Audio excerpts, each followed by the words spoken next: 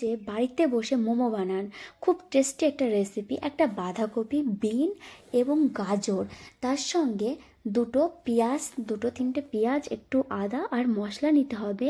জিরের গুঁড়ো, গোলমরিচের গুঁড়ো, ম্যাগি মশলা, একটা কিষান সস চাটনির জন্য লাগবে। আর মাংসটা ছোটো ছোটো করে তো কেটে নিয়ে আসা হবে। তারপরে যেগুলো বললাম, বাঁধাকপি, গাজর, বিন এবং পেঁয়াজ, এগুলোকে ছোটো ছোটো করে কেটে নিতে হবে। এবং যেহেতু স্যুপ হবে, স্যুপের জন্য হালকা অল্প অল্প করে আগেই তুলে রাখবেন, তাহলে পরে আর কাটতে হবে না। আর চাটনির জন্য কাঁচা লঙ্কা এবং ধনেপাতাটা বেটে নেওয়া হলো, এবং তেঁতুল আর চিনিটা আগে ভিজিয়ে রাখা হয়েছিল চাটনি করার জন্য, যেটা আমি দেখাইনি।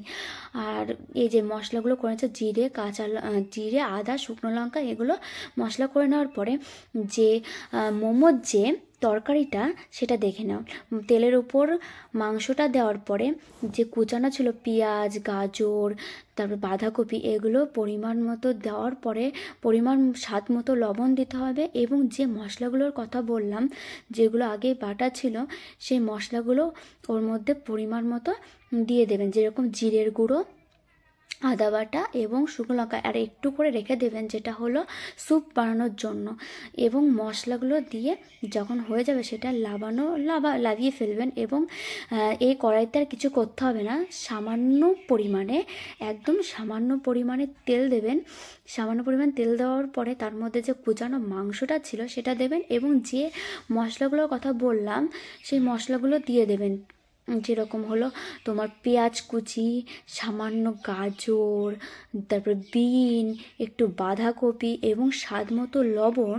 এবং যে মশলাটা বাটা ছিল, সেই মশলাটা যেরকম একটু আদা জিরের যে বাটা ছিল সেটা দিয়ে দেবেন। এবং গরম জল আগেই করে রাখবেন, এর মধ্যে একটু গরম জলটা দিয়ে দেবেন।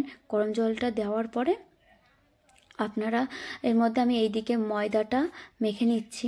ময়দাটা মেখে কিছু সময় ময়দাটা ঢেকে রাখবেন, তাহলে খুব ভালো হবে। ময়দা ঢেকে রাখার পরে যে ছোট ছোট করে লিচি কেটে নেওয়ার পরে আপনারা যে যেরকম পারেন সেরকম ডিজাইনে বানাবেন। মানে আমার যত শর্ট টাইমের মধ্যে খুব সুন্দর এই একটা ডিজাইনই তাড়াতাড়ি হয়, সেই কারণে আমি বানিয়ে ফেলেছি। আর যেহেতু এটা বাড়িতে হচ্ছে, তার জন্য দেখুন আমার হয়ে গেছে মোমো বানানো সব কমপ্লিট। এখন স্টিম করবো, যেহেতু বাড়িতে হচ্ছে, তাই একটা যে ঝাঁঝরি যে গামলাগুলো হয়, সেই গামলার মধ্যে সুন্দর করে সাজিয়ে, আর বড় একটা হাঁড়ির মধ্যে জল গরম বসিয়ে দিয়েছে আগে। জলটা যখন ফুটন্ত হবে, তখন এই গামলাটা হাঁড়ির মুখের ওপর বসিয়ে দেবেন, এবং একটা সুন্দর ঢাকনা, যেহেতু সুন্দর ঢাকনা দিয়ে ঢেকে দেবেন। এবং সেটা খুব ভালোভাবে স্টিম হয়ে যাওয়ার পরে আপনারা বুঝতেই পারবেন, স্টিমটা হয়ে গেলে আপনি ঢাকনা সরালে বুঝতে পারবেন হয়েছে কিনা। তা যেহেতু এটা উনুনে হচ্ছিল, খুব অল্প সময়ের মধ্যে স্টিম হয়ে গেছে আর খুব সুন্দরভাবে হয়েছে। তারপরে আপনারা লাভিয়ে নেবেন। একবারে যদি না হয়, আপনি দ্বিতীয়বার ওই একইভাবে স্টিমটা দিয়ে লাভিয়ে নেবেন। আর দেখুন কত সুন্দর, স্যুপটাও খুব সুন্দর হয়েছে, চাটনিটা আর অসাধারণ খেতে লেগেছে। আপনি একবার ট্রাই করবেন, খুব সহজভাবে, খুব সুন্দর। অঙ্কিতা, কেমন লাগছে খেতে? ভালো লাগছে? হামচিকা সুন্দর লাগছে, ভালো লাগছে। তুই ফোন দেখবি খালি না খাবি?